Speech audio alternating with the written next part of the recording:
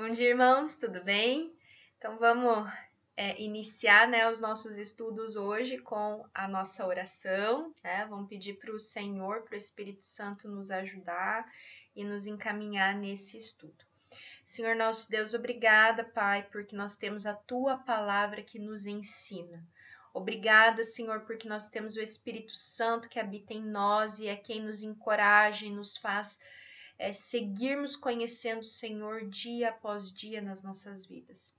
Obrigada, Senhor, porque hoje, nesse período atual que vivemos, nós temos recursos para continuarmos, Senhor, esse tempo de edificação das nossas vidas. Que a Tua igreja seja edificada, Senhor, porque o Senhor tem provido todas as condições para que isso aconteça. Senhor, nós agradecemos e pedimos que o Teu Espírito nos ensine, nos ajude, Deus querido, a compreendermos a Tua vontade, que é boa, perfeita e agradável. E que o Senhor nos ensine a entender o que é viver no Espírito, frutificar no Espírito, e o que é viver na carne, e que nós possamos fazer a escolha, a boa escolha, Deus, que é viver na Tua presença, e que é viver no Espírito, Senhor, em nome de Jesus. Amém. Amém, irmãos? Irmãos, vocês devem ter recebido, né, a folhinha, o arquivo, na verdade, né, não a folhinha, o arquivo para reflexão em relação a Gálatas 5 e 6, que a gente separou, né, e pontuou para vocês. É bem importante que vocês estejam refletindo, né, porque é um período de edificação, assim, que ele é solitário, né? Porque vocês precisam fazer isso sozinhos em casa. Vocês não têm o material físico, né? Que também hoje é um outro desafio, né? Que a gente tem. Mas é importante que a gente siga aprendendo a palavra do Senhor, né? É muito importante que a gente tenha isso em mente, porque nós nos aproximamos do Senhor, nós queremos fazer a sua vontade, nós queremos a edificação que vem do Senhor, ela não vem de nós, ela não vem de uma liderança específica, ela vem de Deus e da nossa intimidade com Deus, né? Então, que vocês possam estar olhando esse material, refletindo nesse material e que vocês busquem na palavra do Senhor, né? O entendimento de tudo o que tem sido trazido como ponto de reflexão para vocês nesses dias, nessa maneira, né? Nesse formato de EBD. Então, vamos lá para a nossa aula de hoje. Hoje a gente vai falar sobre liberdade cristã. Nós temos dois objetivos, né? Compreender a liberdade cristã, né? E ali vocês têm sempre o visual, que vocês podem estar acompanhando, né? Os complementos de frase e tudo mais. E o que eu tenho que fazer, além de eu compreender a liberdade cristã, né? Eu tenho que permitir que o Espírito Santo reproduza na minha vida, né? Vamos ler na primeira pessoa do singular, né? Na minha vida, a vida de Jesus, na semeadura espiritual e na frutificação do bom fruto. Quando a gente pensa nisso, a liberdade cristã está baseada nos ensinos da palavra de Deus e não tem outro lugar. Tá? Então, não existe outro lugar para eu procurar entender a liberdade cristã. Então, por isso que a gente tem que olhar para a palavra para pensar o que é essa liberdade, né? E o nosso textuário é Gálatas 5:1. Então, vocês viram que a gente tem ponto, vocês vão perceber, né, por causa do arquivo que vocês receberam, vocês já sabem que os textos seriam Gálatas 5 e 6. E também, o nosso textuário é Gálatas 5:1, onde Paulo escreve assim para os Gálatas: para a liberdade foi que Cristo vos libertou. Portanto, permanecei firmes e não vos sujeitei novamente a um jugo de escravidão. Eu peço para vocês sempre olharem, né, para o visual e vocês têm esse recurso, então aproveitem esse recurso, porque assim, eu acho que às vezes a gente lê a palavra do Senhor e a gente não enxerga, né, alguns pontos. Então, tem algumas palavras aqui nesse versículo, como Cristo vos libertou, né, foi para a liberdade. Não vos sujeitei novamente a um jugo de escravidão. E aí a gente tem que pensar o que é escravidão. Vocês podem olhar os desenhos ali em cima, que é um reflexo, né? São desenhos baseados no período do povo de Israel que estava escravo no Egito. E às vezes a gente fica pensando assim, ai, Cristo me libertou, mas libertou do quê? Né? Ah, eu era tão boazinha, sempre fui tão boazinha, né? E a gente pensa assim, a gente tem uma tendência a pensar assim, né? Mas Deus nos libertou daquela opressão ali, né? E aí não é uma questão de você pensar, tinha alguém que me fazia sofrer. Não, era o que te fazia sofrer, né? E era o pecado. Então, quando a gente olha essas imagens e esses algozes, né? Vamos dizer assim, sobre o povo de Israel, hoje na nossa vida seria como, né? É isso que o pecado fazia na nossa vida. E foi disso que Deus nos tirou, né? Então foi para a liberdade que Cristo nos libertou.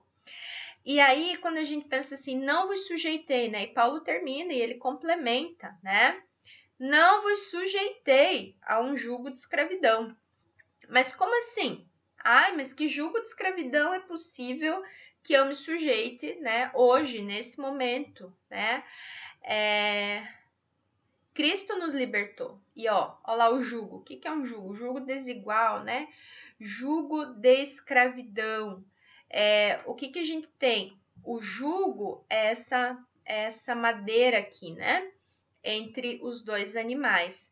E aqui é um exemplo de jugo desigual, porque são dois animais diferentes, né? São dois animais com funções que eles trabalham, né? Eles têm funções, eles têm uma biologia, consequentemente, eles desempenham uma função completamente diferente um do outro. Então, se a gente prende os dois aqui, evidentemente que um vai para um lado e o outro vai para o outro, né? Porque eles estão presos a um jugo, né?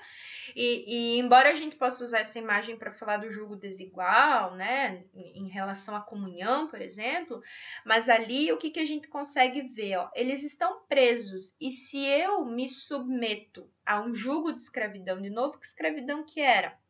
Ah, mas eu sou livre, a gente vive num país livre. Ok, né? Mas qual é o jugo de escravidão ao qual Paulo se refere aqui? É o pecado. Né? Então, quando eu olho para algumas práticas, né? Ou quando eu olho para algumas coisas que não são as coisas que o Senhor está me ensinando, que não são as coisas do Espírito Santo, né? Que me ensina, o que eu estou fazendo? Olha ali para o cursorzinho, né? O que eu estou fazendo? Eu estou colocando isso aqui, ó, na minha vida, né? Então, é isso que eu estou fazendo. É isso aqui que a gente faz quando a gente, em vez de seguir aprendendo sobre o Senhor, a gente retrocede e vai olhar para outras coisas, né? Que é o que nós vamos discutir. Discutir não, né? Porque a gente não tá junto, mas nós vamos refletir no dia de hoje. Então, quando que a liberdade ela se torna perigosa, né? E nesse momento vocês podem falar várias coisas, assim, e pensar várias coisas, né? E é importante que pense. Eu penso que a liberdade ela se torna perigosa, né? Essa liberdade na palavra do Senhor, né? Quando eu começo a me achar muito santo, por exemplo, muito santa, por exemplo, né? Ai, Ana, mas todos nós somos santos, porque santo significa que eu sou separado para Deus, né? E eu sou separada para Deus. Amém, glória a Deus por isso, né?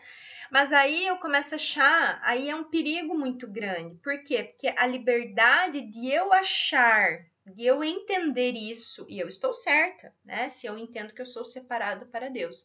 Mas a liberdade que isso me traz, ela pode começar a ser perigosa se eu não busco o Senhor e eu começo a julgar os outros, por exemplo. Aí eu começo a me achar muito santa e os outros, nossa, quanto pecado que aquele lá tem, né? Então é perigoso. Então essa é uma ideia, né? Essa é uma possibilidade. Vocês provavelmente aí na casa de vocês vão pensar em várias outras, né? Por quê? Porque tem vários momentos em que essa liberdade na palavra, essa liberdade, eu entendi que eu sou filha do Senhor, eu entendi que eu sou filha de Deus, mas aí eu começo a me achar uma filha muito mimada. E os outros não importam, e eu importa, né? Então, percebam que por que ela se torna perigosa, né? Tanto uma ideia quanto a outra. Porque a gente se torna egoísta. E a gente tem que cuidar porque essa maldade, ela tá em nós, desde o Éden, né? Então, ela se torna perigosa quando eu começo a me achar, ainda que eu use a palavra como pano de fundo, né? Para o meu sentimento ou para o meu pensamento. Então, assim, vamos ler, né, Gálatas. Eu vou ler na versão King James, né? Por gostar, na verdade. Corrieis bem, Gálatas 5:7. Corrieis bem. Quem vos impediu de obedecer à verdade, né? Aí o 8. Quem vos convenceu a agir assim? Não procede daquele que vos chama. Então, a liberdade cristã, ela pede uma obediência à verdade. E Paulo, o que ele faz nesse versículo? E eu li também o versículo 8. Eles estavam olhando para alguns ensinos que eram ensinos desviados da palavra do Senhor, né? E aí estava impedindo eles de desenvolver a própria fé. Isso estava impedindo os Gálatas de caminhar na palavra de Deus. E aí, com isso, o que aconteceu? Negligência. Eles foram negligentes, eles não cumpriram normas, eles se abalaram na sua fé. Tá? Então, quando a gente pensa em liberdade cristã, uma das coisas que a liberdade em Cristo faz conosco é obedecer a palavra do Senhor. Se eu não consigo obedecer a palavra do Senhor, é porque eu ainda estou preso no pecado. Tá? Então, são alertas para nós, né?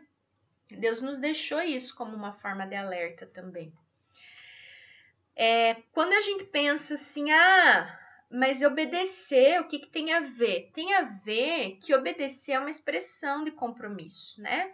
Tem uma irmã que eu gosto de ouvir bastante ela, assim, nas redes sociais, e tem uma frase que ela fala que eu acho que é muito verdade: o amor é o que o amor faz.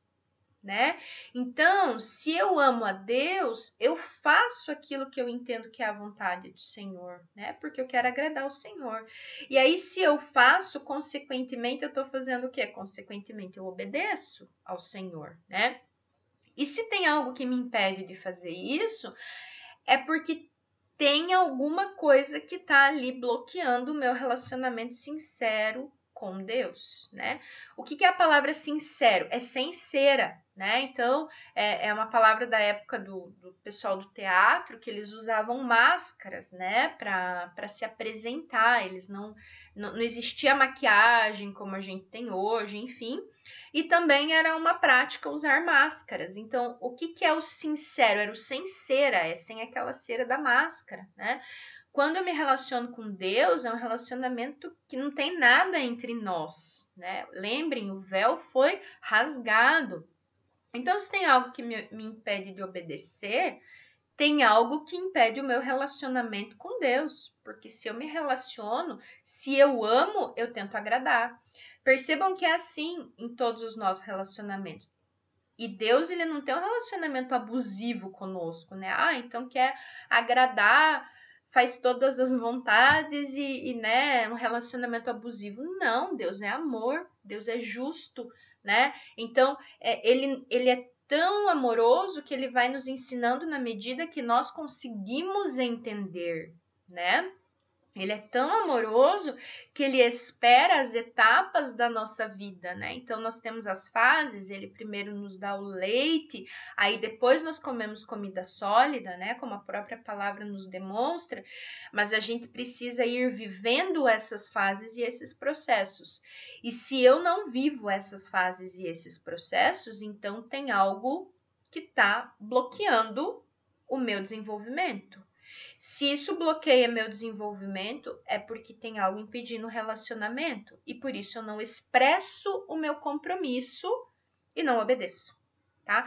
Então, a obediência, ela não é uma coisa assim, obedece porque eu tô mandando. Não.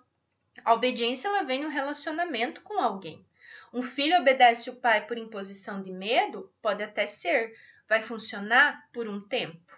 Mas depois, né, essa obediência, ela vai ser o quê? Reflexo de uma devoção, reflexo de amor, reflexo de respeito, né? O medo, ele funciona por um momento, por um período, e depois ele passa, porque daí o medo produz o quê? Vai produzir uma revolta.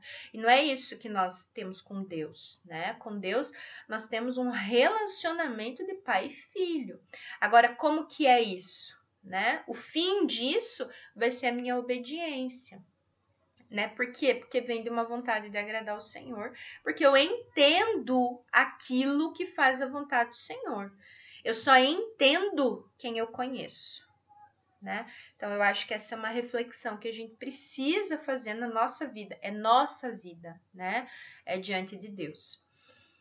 E nada, né, pode nos impedir de caminhar com o Senhor, assim como a obediência, ela é uma expressão, né, de fé e compromisso, mas ela é um resultado do meu relacionamento com o Senhor. Gálatas 5:22, né? Os irmãos leiam, né? Eu espero que já tenham lido, na verdade, mas também é um versículo que eu penso que a gente sabe de cor, né? O fruto do Espírito é amor, alegria, paz, paciência, benignidade, bondade, fidelidade. Vou continuar no 23. Mansidão e domínio próprio. Contra essas virtudes não há lei. Teve uma aula da IBD que eu abri uma polcã, né? E cada gomo ali era um fruto. Cada gomo era parte, né? Era parte daquele fruto. É isso que a gente precisa entender. Quando a gente fala de amor, alegria, paz, bondade, paciência, mansidão, domínio próprio, né? Longanimidade, é um pacote. Não existe, eu sou alegre, mas eu não tenho longanimidade. Nossa, minha tolerância é zero, né?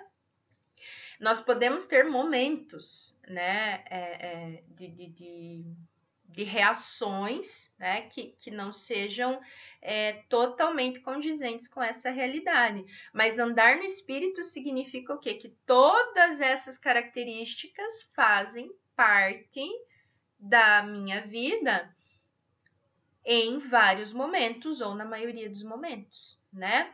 Então, o fruto do Espírito Santo, ele é esse. Eu sempre vou demonstrar todos os gomos? Não, porque cada um vai ter uma característica, né, humana de personalidade e, consequentemente, todos nós também somos carnais e temos os nossos momentos de carnalidade e a gente tem que reconhecer isso.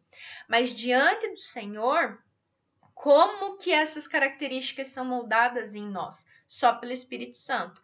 Por que é só pelo Espírito Santo? Justamente porque o pecado nos escravizava. E como o pecado nos escravizava e a carnalidade ela tomava maior parte do nosso tempo e maior parte do espaço na nossa vida, né, no nosso pensamento, o que acontece? Era muito mais fácil não viver o amor, a alegria, a paz, a bondade, né, a longanimidade. Mas agora que eu tenho o Espírito Santo, por que essas características, essas virtudes vão tomando parte na minha vida? Porque o Espírito me ensina.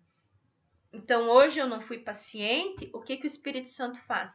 Ele me mostra, né, no meu coração, o que aconteceu.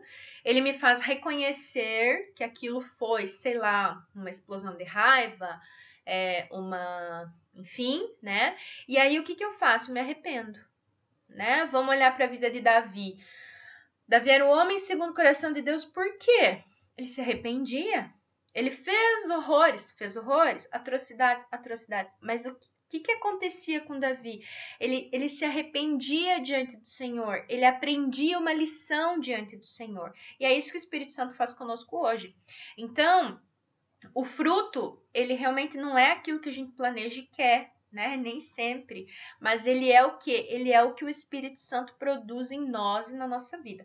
E muitas vezes, para produzir esse fruto, ele tem que tirar os outros, né, da nossa vida. E é aí que dói, né? E é aí que a gente precisa se sujeitar ao mover, né, do Senhor e ao processo que ele desenvolve em nós. Vamos pensar nos frutos. Eu vou falar o fruto, né? Porque na verdade é o fruto com as virtudes, né? Com as características. Então vamos lá. Amor, alegria, paz, paciência, benignidade, bondade, fidelidade, mansidão, domínio próprio, né? Qual desses está mais presente na sua vida? Essa é a outra reflexão que a gente tem que fazer hoje. E qual deles tem que ser mais cultivado na sua vida? A gente precisa pensar. Porque o que não é do Espírito, né? Tá no versículo 19 e no 20. Imoralidade, impureza, libertinagem, idolatria, feitiçaria, ódio, discórdia, ciúmes, ira, egoísmo, dissensões, facções, inveja, embriaguez, orgias, né? E tudo quanto se pareça com essas perversidades. Então, isso é carnalidade. Agora, o que é virtude do Espírito, ou seja, características do Espírito Santo? Essas outras que a gente leu antes.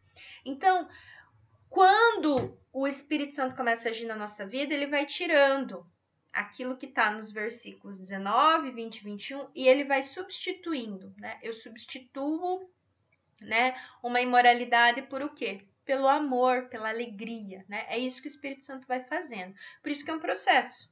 A gente tem que se submeter aos processos do Espírito Santo na nossa vida. Se a gente resiste, a gente não muda de fase, né? Não muda o alimento. Então, vamos pensar, né? Qual que está presente na minha vida e qual que eu preciso cultivar mais, né? Gálatas 6:1, tá? Então, indo lá para Gálatas 6, né, que é o último texto, o último capítulo que a gente tem aqui nesse livro, né?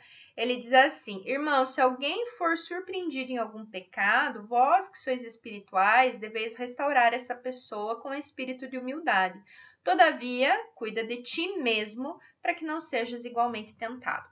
Então, aqui, outra coisa que é característica da liberdade cristã, ou um objetivo, ou um resultado, né? A gente pode pensar assim também. A liberdade cristã, ela implica em andar com as pessoas pelas quais Jesus deu a sua vida na cruz. Então, quando eu olho para uma pessoa, né? Eu tenho que entender que Jesus deu a vida dele por aquela pessoa. Ah, mas aquela pessoa não quer Jesus. Mas Jesus deu a vida, né? Ah, mas aquele fulano faz isso. Mas Jesus deu a vida por aquela pessoa. E quando a gente começa a enxergar as pessoas assim, a nossa atitude muda. Porque o que a gente precisa verificar, né? A gente tem que exercer com sentimento e na prática a restauração daqueles que caíram. E às vezes, irmãos, é mais fácil a gente julgar, né? Ah, mas aquele lá caiu, como é que desviou da fé? Como é que não faz, né, aquilo que é a vontade do Senhor? E Paulo, ele aqui está exortando, né, que se alguém for surpreendido em pecado, os que são espirituais têm que restaurar essa pessoa, né? O restaurar é eu olhar para a fragilidade daquela pessoa com misericórdia, né? É eu sentir a dor daquela fragilidade. E tinha pessoas ali no meio dos Gálatas que elas estavam trocando a fé pelas obras. Isso é legalismo. Então, eu faço boas obras, é legalismo, porque daí você deixa a fé de lado. A gente tem que entender que uma coisa é consequência de outra. No processo de se tornar uma pessoa que vive no Espírito, que vive na liberdade cristã, né? Então, quando nós entendemos que alguém é mais frágil na fé, nós temos que o quê? Compreender que Jesus deu a vida por aquela pessoa e tentar restaurar, naquilo que for possível e cabível a nós, o relacionamento dessa pessoa com o Senhor, né? Ou com o meio onde essa pessoa tá, onde nós estamos, enfim, tá? Vamos pensar, a gente não tem como compartilhar as experiências, igual é sugerido aqui, mas eu quero que vocês parem para pensar em uma situação que vocês tenham dado suporte para alguém numa situação de fraqueza, né? Vivendo a amargura da ofensa. Porque assim, quando a gente pensa em corrigir, né? E aqui eu quero enfatizar o verbo restaurar. Quando a gente pensa na palavra corrigir, a gente tem às vezes uma ideia distorcida da repreensão e da correção, né? Ah, porque a repreensão, a correção tem que ser dura, tem que ser... Tudo bem, ela é dura porque a outra pessoa fez algo que é desalinhado com o esperado, desalinhado com o objetivo, né? Então vai ser duro para a pessoa de qualquer maneira. Mas quando a gente pensa em corrigir, a gente tem que entender que a correção, ela não é eu ir lá e fazer falar um monte de coisa, sabe, para pessoa, eu quero que ela se ligue do que ela fez, eu quero que eles tenham noção de que me fizeram alguma coisa. Não é isso. É o sentido de restauração, né? Quando a gente pensa em restauração, né, a gente pensa, o que é restaurar? A gente já estudou isso também na EBD e é muito curioso. Restaurar, eu lembro que a irmã Lúcia comentou que restaurar é muito pior do que construir. Porque quando você tem que restaurar, você precisa permitir, né? Vamos pensar numa obra de arte ou numa construção antiga, né? Que só é permitido restauração. Quando você vai fazer restauração, você tem que deixar aquilo como ele era, você tem que respeitar a essência daquela construção. Você não pode construir uma parede nova porque você acha que fica melhor, né? Você tem que obedecer àquela essência básica, né? A construção ela vem do zero. Então, é muito mais fácil construir, né? Então, quando a gente pensa que a correção ela é para restaurar, a correção ela tem que servir para quê? Para a pessoa retornar à essência, né? É transformar uma situação. Então, a pessoa estava andando fora do caminho do Senhor, você chama ela, né? Olha, essa tua visão, essa tua percepção de vida está te afastando de Deus, mas isso assim, para transformar aquela situação, né? Naquele momento, aquilo que a pessoa estava precisando. Mas nós somos chamados para corrigir, para restaurar, tá? Agora, muitas vezes, quando a gente vai com um discurso incisivo ou um discurso assim que humilha uma outra pessoa, por exemplo, o que você vai fazer? Você vai destruir. Você não vai nem restaurar, você não vai nem construir, você vai destruir. Muitas vezes a gente faz isso. Então, o suporte que a gente tem que dar no momento de fraqueza, a gente precisa se lembrar que é no sentido de restaurar a essência. Que essência? É o relacionamento daquela pessoa com Deus, né? Porque de outra forma, né, se a gente for pensar nos nossos posicionamentos, muitas vezes, de trazer à tona, a gente enfatizar o erro da pessoa, né? O que a Bíblia nos ensina? Que o amor cobre multidão de pecados, né? Então, se a gente enfatiza só o erro, só o pecado, né? Trazendo uma humilhação, não que o pecado não exista, não que o erro não exista, mas garantindo uma humilhação àquela pessoa, o que eu estou fazendo? Tornando Deus tirano, né? Parece que Deus é tirano. E Deus não é. Deus nos ensina, né? Jesus, ele nos ensina. Na verdade, ele é o mestre dos mestres, né? Porque ele nos mostra como ensinar. Então, ele nos chama para perto e restaura a essência. Que essência que é essa? Da minha carnalidade? Não, é a essência do relacionamento com o Senhor. Então, nós temos que ser agentes de restauração. Restauração do quê? Do relacionamento com o Senhor. Porque quem convence do pecado, da verdade e do juízo é o Espírito Santo, não somos nós. A gente apresenta o Senhor, mas quem convence é o Espírito Santo. Então, para a pessoa ser convencida, né, no momento de correção, quem que tem que estar ali agindo? O Espírito Santo. Não somos nós, né? Então, esse papel não é nosso, né? O papel da convicção é do Espírito Santo. Então, correção é como tá ali para vocês no visual. É para motivar, não para desanimar. É para motivar no relacionamento com Deus. E não desanimar, né? E destruir tudo que a pessoa de repente tinha, né?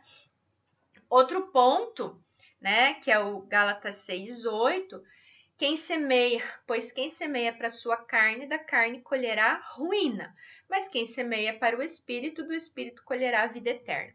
Então, nós temos uma semeadura. A gente tem que entender que colheita é multiplicação do que foi semeado. Se eu semeio na carne, eu vou ter o quê? Ruína, corrupção, né? Por quê? Por que eu estou colhendo na minha vida, né, algumas coisas, né? Porque eu semeei um tipo de semente. Então, se eu semeio na carne, eu colho ruína, corrupção. Se eu semeio no Espírito, o que eu colho? O fruto, as virtudes do Espírito, que a gente já viu, né? E isso nos leva à vida eterna, porque nos leva a uma construção de vida, né? Que são de coisas sublimes e duradouras, que é o relacionamento com o Senhor, que vai nos levar para a vida eterna. A gente não tem como fugir da colheita, né? Então, é algo assim que nós temos que compreender, né? A gente não tem aquilo que eu semear, aquilo que o homem semear será o que ele vai colher, né? Nós temos que nos lembrar disso.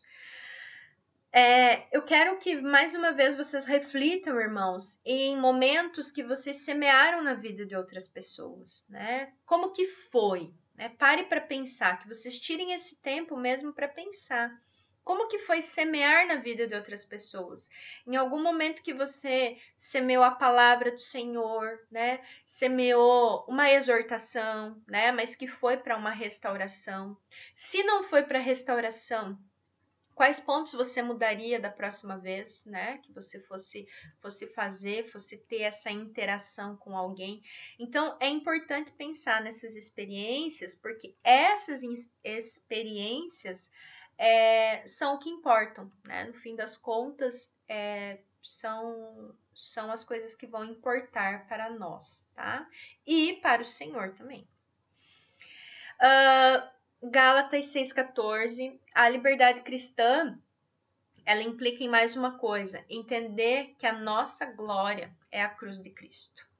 E aí é muito importante, né, quando Paulo diz assim, lá no versículo 14, quanto a mim, no entanto, que eu jamais venha me orgulhar, a não ser na cruz do nosso Senhor Jesus Cristo, por intermédio da qual o mundo já foi crucificado para mim e eu para o mundo. Então, assim, que tipo de liberdade a gente busca e a gente quer, né? Porque a liberdade não é promover a nossa glória. E aqui a gente entra numa outra reflexão. Se a gente for olhar para a glória humana e as suas manifestações hoje, né? Vamos pensar, vamos falar de nós, no meio que se diz evangélico hoje, no meio que se diz cristão evangélico hoje. Como são as manifestações da glória humana, né? É a cruz de Cristo, porque Paulo nos alerta, né? Ele nos ensina aqui, ó. Quanto a mim, que ele era o modelo, né? Ali para o povo de Gálatas, ele estava se apresentando como um modelo, né? Como um modelo de relacionamento, um modelo de abrir mão, né? Da sua vida, das suas coisas para seguir o Senhor. E por isso que ele diz assim, quanto a mim, que eu jamais venha a me orgulhar. Ele não está tirando a possibilidade dele se orgulhar, né? Perceba, ele reconhece que ele é humano, né? A gente tem essa falha. Ele não está tirando ali, né, do jogo ou das possibilidades o que pode acontecer com ele. Mas o que ele pede, né? Ele espera que isso não aconteça. Provavelmente era uma oração dele. Senhor, não me deixe me orgulhar, né? E aí ele continua, a não ser na cruz do nosso Senhor Jesus Cristo. Irmãos, cruz é lugar de vergonha.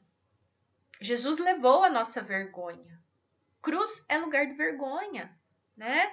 Quem era crucificado era a escória da sociedade.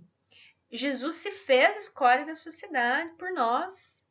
Então, Paulo está dizendo aqui, eu não quero ir para nenhum lugar mergulhar se não for na cruz. Então, a gente tem que pensar, né? Hoje, se a gente olhar para o meio cristão evangélico, as manifestações humanas, a glória humana, elas estão de acordo com esse ensino da palavra, né? Do versículo 14? né? Eu acho que é algo que nós temos que refletir, né? E o único lugar que a gente tem que se orgulhar de estar é lá na cruz do Senhor. É o único lugar. Porque aí Paulo termina dizendo algo muito interessante no versículo, né? Por intermédio da qual a cruz, né? O mundo já foi crucificado para mim e eu para o mundo.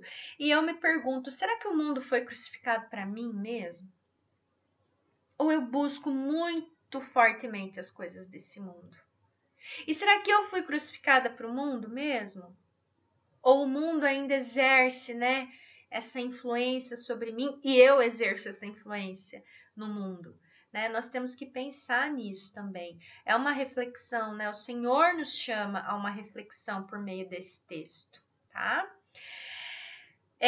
Então, irmãos, finalizando, né, esses pontos de reflexão aqui, a liberdade cristã, ela implica numa vida dinâmica e ativa de semeadura. Aquilo que eu semeio. Se eu semeio no mundo, eu vou colher do mundo. Se eu semeio no relacionamento com o Senhor, eu vou colher na vida eterna. Se eu semeio, se eu dedico o meu tempo buscando o Senhor, buscando na palavra, desenvolver as virtudes do Espírito Santo, eu vou colher amor, paz, longanimidade, bondade, paciência, mansidão, domínio próprio, né? Se não, eu vou colher as outras características de fruto, né, que são da carne. E tem um desafio para essa semana, baseado então naqueles pontos que nós mandamos para vocês, né? E que vocês já leram, e aí agora nessa reflexão da aula, que é apresentar a uma pessoa não crente a liberdade que Cristo oferece por meio da fé. Então, eu sugiro, né, que vocês façam a leitura de Gálatas 5 e 6, busquem ao Senhor, busquem entender a liberdade cristã, né? Por que nós somos livres em Cristo, né? E apresentar essa liberdade para alguém que não conhece a palavra do Senhor, né? Para alguém que não entende que é livre, né? Quem caminha com Jesus. Que Deus abençoe, irmãos, que vocês sejam, né, edificados como nós somos, né, ao preparar esse material e ao buscar o Senhor, e que o Espírito Santo nos ensine a uma vida de liberdade cristã mesmo, tá? Tchau, um abraço e fiquem bem.